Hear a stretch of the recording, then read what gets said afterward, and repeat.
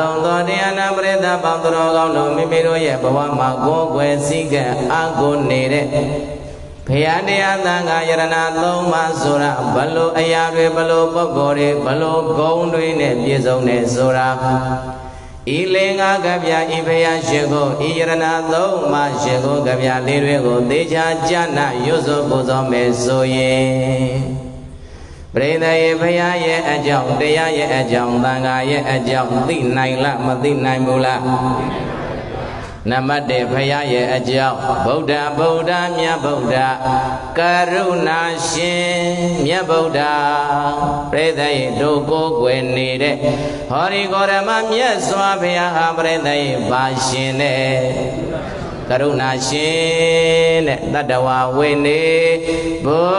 လုံးကြီးတို့ကျွတ်ထိုင်စေဖို့နေကအပြင်ငါရဲ့ပိတကအပြင်သုံးပုံဓမ္မကဏ္ဍပေါင်း8000နဲ့4တောင်40နဲ့5နှစ်ပြော40နဲ့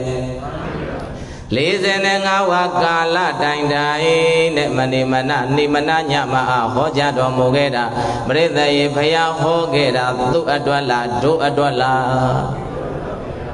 မြတ်စွာဘုရားတရားဟောခဲ့တာဘယ်သူအတွက်